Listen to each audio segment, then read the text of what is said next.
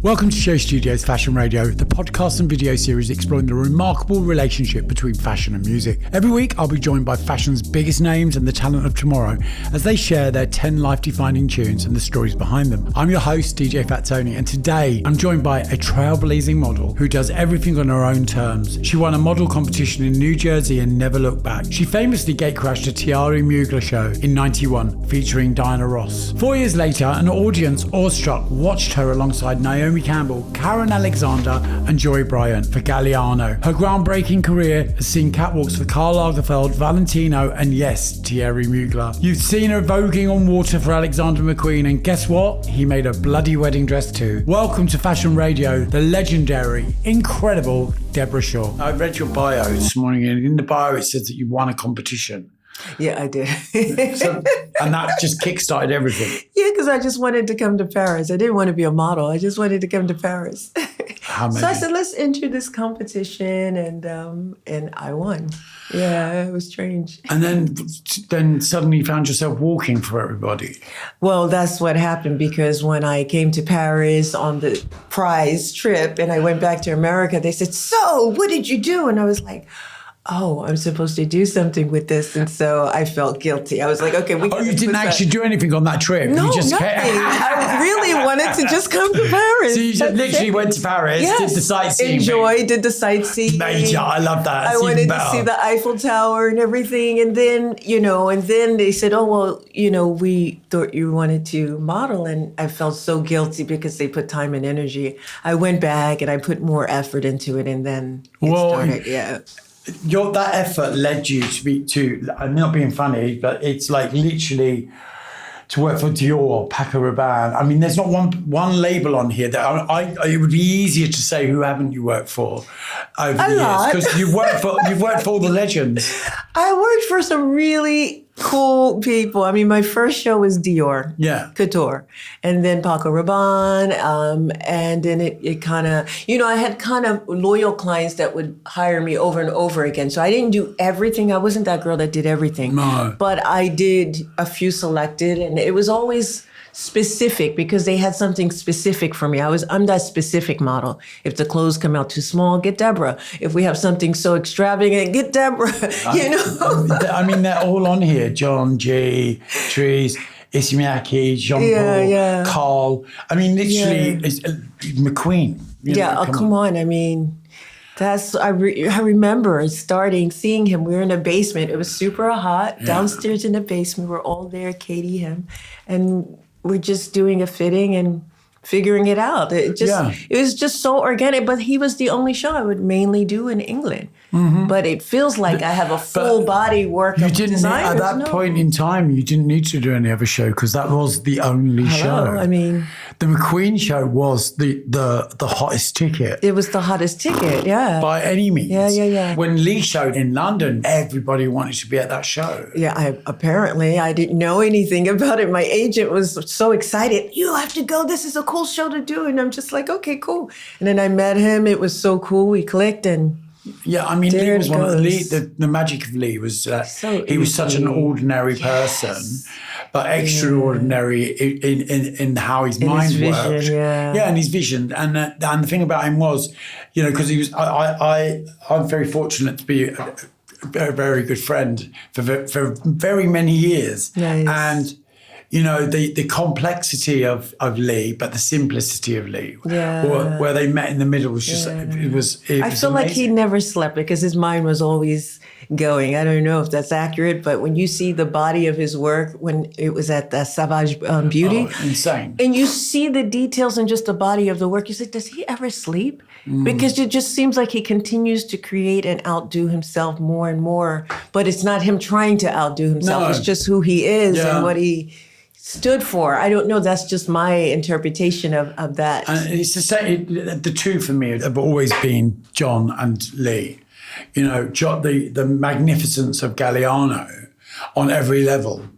Like on every level, even when he's had his hands tied and his mouth taped up, the magnificence of it and the integrity of it, of putting a show together and a collection together. He is so detailed. Oh, it's unreal. That's couture. That is couture. He has it's the that details. mood board. He tells you about the character. He tells me, I think one role I had to play Madame Dior. Yeah. And my chauffeur was following me and I had an affair with my chauffeur. And you guys are not seeing that in the show. No. But he goes that deep in the story to put you into the character. Yeah. And for that's everything. I had the best education with these guys. These two were like... Throwing Mugler and that, come on. So that was going to be my next stop, Mugler. Now, it doesn't get better than Mugler. Mind-blowing. Yeah. Absolutely mind-blowing. He's another genius in his own way because they all have different ways of approaching. Mugler, you stand there with the corset. The girls had to all be ready in a half corset, thigh-high stockings and heels. That's it. We're totally naked. And we enter his room, and then he sketches. Yeah. And then they bring the fabric, and they drape it on you. I went to... That's like... I went to some of the most disgusting and depraved places with him in the world, in nightclubs. What, right downstairs from his office? Well, yeah. But like literally some of the most deprived... Dark clubs, let's leave it at that, in the world with him, because that's who he was, and I'm same with Jean Paul. Yeah. I've been to some really amazing places with Jean Paul that you would think, oh my God, why is he? But that's who they are. I saw them at the Kit Kat, the Palace. They amazing. were just like Le Palace was just La Palace, Claude Montand. They were all hanging out at that spot. Yeah. I wanted to be a designer, so I thought, until I had to learn how to sew, and then it was just like, no. I failed. The sleeve was longer and shorter, the collar was... I just didn't have the patience for it. Much respect to designers, but that was just not for me. And so everyone kept saying, oh, you should model. And I was just like, oh, no, I don't want to do it. And this competition was, if you model, you win a trip to Paris. I wanted to go to Paris, so... It was already lined up for me to do this, but I just was not ready for it. How old were you? I was a baby. No, I started quite late. I started probably like in my early 20s. Oh, wow, that's quite late. Yeah. Yeah, but everyone was like, oh, you'll... And one client that's like, of course I lied about my age, and she's like, oh, you're 17. When you grow into your body, come back and see me. I'm like, grow into my body? I'm already... If only you knew my real age. It's crazy, isn't it? Do you think from that trip to Paris, the second trip to Paris, not the first one, the second trip to Paris, do you think you'd still be doing that now, all these years later? Do you think you'd still be within that career? Well, okay, so the second trip, I came via Amsterdam. I moved to Amsterdam. And so I met some really cool people. Yeah. We had a really wild life, wild in the sense that we lived in squat houses because we were rebels, and we were all artists just expressing ourselves. So I learned more about the fashion business through these people. One was a photographer, one was a stylist. So our life was just looking in magazines and talking about this and that, and so I learned how to understand the business and to take it on more seriously and to go, okay, so this is what it's about. This is a movement. This is how you move your neck, the arms, the legs. There's a strategy to it. There is a strategy. I didn't know that. Most people, you think you just come in and that's it. But for me, I wanted to get this right. If I was going to do it, I need to understand what to do, how to do it, and, whatever, what the product was. I'm a product. Okay, I have to sell myself. How do I do that? What's my angle? What does that mean? Why is this more this than that? And these are things you learn along the way. It is, from the sleeves being here. I always wore my sleeves here because I didn't think it mattered. No, right? But it was, educational for me, really. And so I've learned so much through that. I don't normally look at playlists before. I always kind of like to be surprised by them. But yours is so warm and so inviting. It really is. It's just like, I'm really, really excited by it. So let's start with, what was your first memory of fashion and music? So my first memory of fashion, as I said, was Dior, Franco Ferré. And that's the first time I understood classical music, because during that time, during couture, it was classical music. Yeah. And this was one of the songs that was being played. And I'm just like, I fell in love at that moment with the music, and I'm wearing a long dress and, jewels. And how could you not become this person in this space, in this most decorative space, and that energy? It's like, And so my reference, of course, was Diana Ross Mahogany. So it was my mahogany moment right there. And it really was a mahogany It really moment. Yeah. was. It really was. That was the only reference I had as far as fashion and being away. And so that moment represented mahogany for me.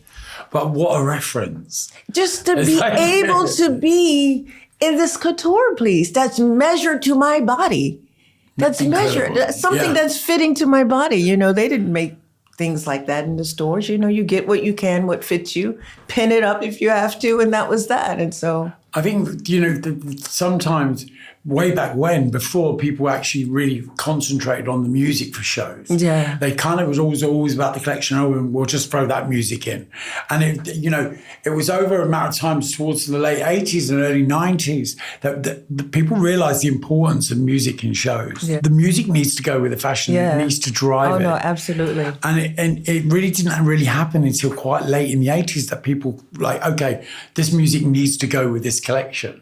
Right. And it kind of one song would, and the rest was like, oh, it doesn't matter. Let's just fill that time. Let's fill that 20 minutes. Do you get what I mean? Was it like this in the 80s? It was like that, yeah. Because by 90s, it was like, you know, a mix, you know, these different mix. Because I think at one point they needed to have some kind of original. It couldn't be exactly the song. That's it had to be some for legal reasons or something. I don't know. Because as soon as they started filming the show, any time that they would release the show on and it would be shown on TV or whatever, they had to get PRS for each track, and it had to be cleared. So every track had to be cleared. So when you used to watch TV, fashion shows on TV or whatever, it was never the music from the show. It was always stock music, which was free music. At one point, they started selling the music for the shows too, at Colette and things like that. So music was always I loved Colette.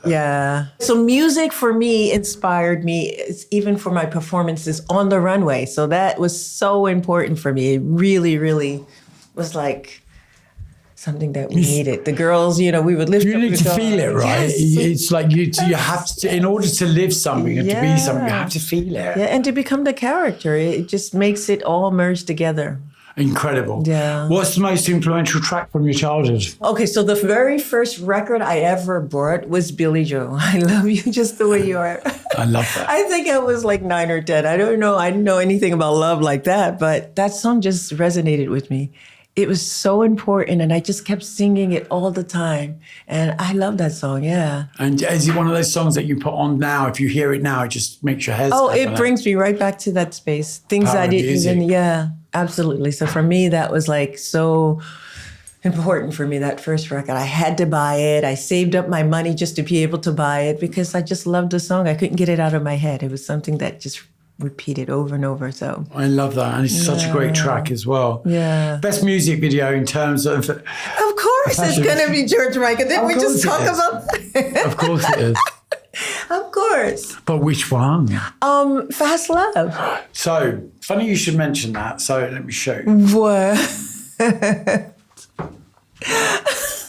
Fast Love tattooed on my hands. Was that before, or is it before the song? No, it's because of the song. It's because of the song and the meaning of the song. That's incredible. Yeah.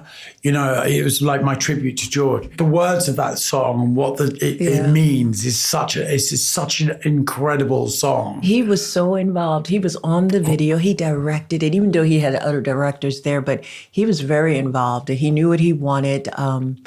And again, he was someone that was like Lee, very nonchalant, you know. We're all like, George Michael. And he's just like, you wouldn't imagine the amount of people would do for George Michael. You know, he was just very chilled and relaxed. And that's always, you know, telling for me, because that just tells the person is like, they may be bigger than life, their image, but when you're so cool and calm and just like, you know. He's stoned out of his nut. Right. I don't know about that day, but. I do. But the thing about George was the fact that he was that, Lee, like John Galliano, like Mugler, everyone. They are who they are. And they just do a job. Yeah. And they do their job remarkably well. But with George, he was a master of what he believed in. And he believed in that track, and he believed in everything. And bringing the girls in and bringing fashion into the video. Yes, he did. Was a master of it. Okay, what do you listen to before you go out at night?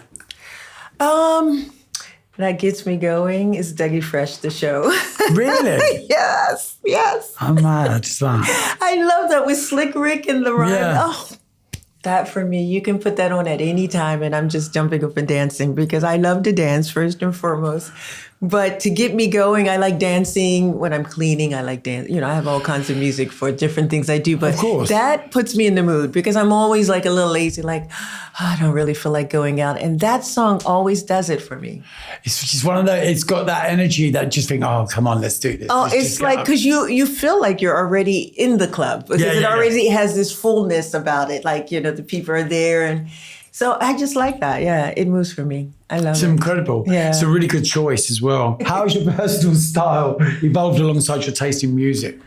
My personal style, I mean, you know, basically, you know, when we had artists that was like the Arrested Development and Tribe Called Quest, and they were coming out with the Afrocentric clothes and the dashikis and things like that was inspiring. When Erykah Badu shaved her hair, I shaved my head. So, you know, these people inspire. It's like it's a synergy in between the two because, you know, these were people whose music we were listening to and whatever message they were putting out there. You believed it. It felt good. It was relatable for me. Lauryn Hill, when she was going through her moment of the acoustic, I love that album. A lot of people didn't like that, but for me, it was so touching. It got me through a difficult relationship. So music really is very important. It's my therapist, actually. Well, you know, we talk about this a lot, and I talk about this a lot. But the fact that, you know, when it comes to music, and music and fashion have always been hand in hand, whether it be punk, rock, mods, there's always been a movement. We don't have that anymore. We don't have tribes anymore. But what you just described was like tribe-like in the fact that... It was, because that was a movement. It really was. And that was the beginning of that title neo-soul or whatever they were trying to attach to it. But it was a real movement that we needed at that time too. And so these guys managed to be able to market it with their clothing, what they were saying, and their message. It was so necessary at that time. And I just came to Paris at that moment. So it was just like my connection to home. But then, you know, I'm here in this culture where it's more African-based people. And so it just became totally like my family away from home a little bit. Did you ever find it hard as a black model to break into other to further your career? Did you ever felt that you were held back because of the color of your skin within that industry? I never felt like I was held back because of that. I always wanted to just have the fair opportunity like my colleagues. So it wasn't like comparing, but it was just like trying to understand why. Because for me, I personally have not recognized racism or prejudice. And I feel like fashion has more prejudice boundaries, not racism boundary. It depends on who you ask. But for me, it's all about prejudging. This person prefers to have this and this style in their show, but that doesn't mean they don't like the color of my skin. I agree with that totally. And so that's how I approached fashion. it. Yeah. Also, are we doing that this season? Right. Do you know what I mean? It doesn't mean it's a race about racism at all. It just means that the aesthetics of this collection or this how I had this vision in my head. Right. So for them, they decided, okay, we're prejudging this situation and that doesn't work for our theme this time. And so in the end, does it become racism or is it become something of that? I don't know, because racism for me, I need to know you personally to know if you're racist or not. That's just me. If you're telling me you don't like me, then I'm going to believe you. And then that's who you are. And we're making it clear. So I cannot decide that that's why I didn't get the show. I just decided I didn't want to get wrapped up into that. I just wanted to, keep my eye on the prize and just figure out how I'm going to get there. Okay, what song do you love to hate? What is your guilty pleasure? Anything from the Pussycat Dolls. I agree with you on this one. Yeah, the Pussycat Dolls, aren't but they? It sticks in your mind. It does. It goes back. Even if you don't want to love it, it does come back. Yeah. I mean, come on, you can't hear. You can hear that. I can hear it right now. Yeah, right. Yeah. You know that. But it's one of those ones that you're here in the morning and then at 7 o'clock at night you'll be like in the shower singing it. Singing it. Because it's one of those things that just sticks in this part of the bloody brain that wants to throw at you at the most. I actually woke up to that. So every morning I wake up to a song. I don't know where it came from, but I have to play it because it already came in my mind. And it was Don't You Today. Was it Don't You Today? I was, yeah. Subconsciously, because you did these questions I wrote it and I hadn't heard from it. And so exactly. I played it at 6 a.m. in the morning on the train. Wow. Do you listen to music all day? I do. I love that. I walk around with headphones. I'm noise sensitive, so I need to, and I'm very sensitive to news. I don't really watch the news or things like that. So why would you? Music for me creates my scenery. You know, comes from back to the Galliano and things like that. So when I'm walking down the street, I'm creating my soundtrack to what I'm seeing visually. Yeah. So to live in a world where it's just your music and your musical choices, that script is totally different. It just takes the power out of everything else. It's totally different. People walking down the street and you have on the music, you now control the narrative of what you see because the music is working with it. And so for that's everything. Going to the museum, I love it. Recently, I bought earpods and they were sat beside my bed for about a year. And then the other day I was like, I'm going to take these on the plane. My whole experience of flying was totally different. Yeah. Changed. I know, yeah. I didn't have to listen to people eating crisps. I didn't have to listen to crying baby. Yeah. Literally just sat there in my own world and drifted off. I woke up when I landed. It was incredible. Yeah. What's the most important song you've ever heard on the catwalk show? Okay, there's so many. It was really hard to choose like one. Of course, okay. Right? So many. I don't know what you have there, but today the mine goes in my head is for the McQueen show. It was Prodigy. What's that song? Oh, really? You know that one where it sounds like you're in the MRI machine? Yeah. They call it a fire starter. Fire starter, yeah. He had that on so loud, and we had to walk, and we had to really be strong characters. And one of the guys was in the show. It was that show with the tent. Keith Flynn. That show was that song, and it was so strong, and it was so massive, and everyone Prodigy, was walking. incredible. Yeah. That always stuck to me. And he had drum and bass. That was the first time I was introduced to drum and bass, which I love.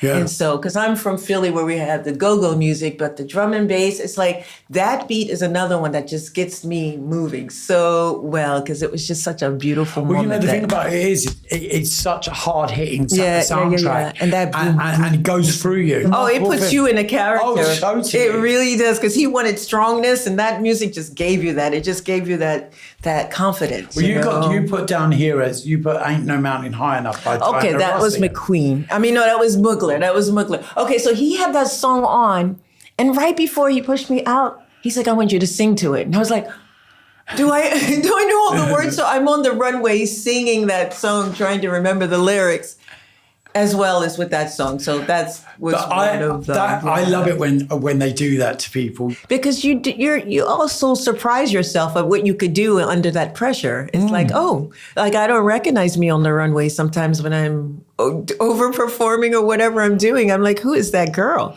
Because it's something that is other for me. It's like it's an outer body experience. Do you ever get anxiety about working, like going on the way to a show or to a fitting and stuff like that? No, I'm more excited.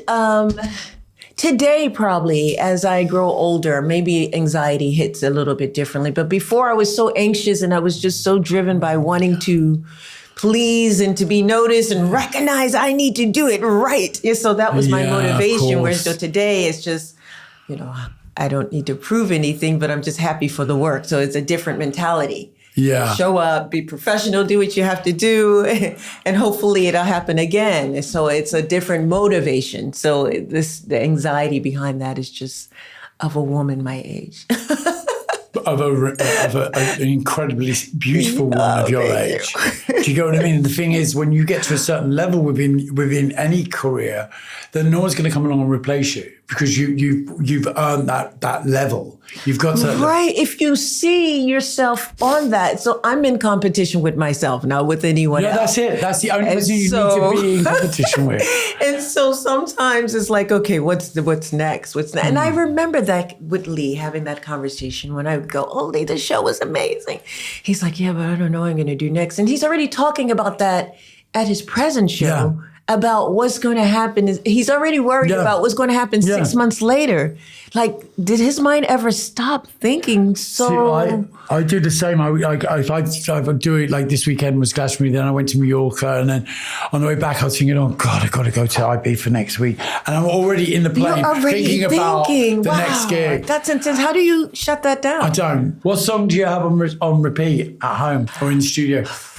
There's several. What did I write there? You put Stop On by Chaka Yeah, anything from Chaka, first and foremost. Okay, that's just on replay. Rufus, Chaka Khan, all the time.